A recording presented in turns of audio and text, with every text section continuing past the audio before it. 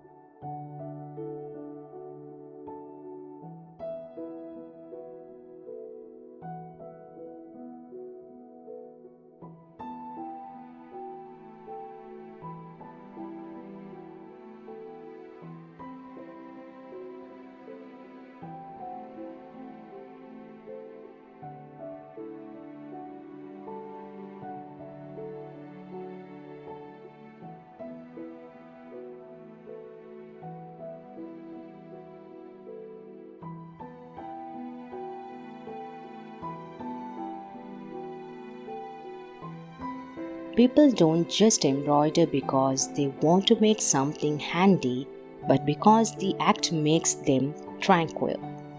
It's the sense of creation teamed up with making something beautiful with your own hands that makes embroidering such a beautiful craft. I post weekly videos right here on my YouTube channel. Subscribe to HandiWorks and press the bell icon to get notification for new videos. Thank you for watching HandiWorks. If you want more videos like this, go to the description box down below, and otherwise I'll see you in the next video.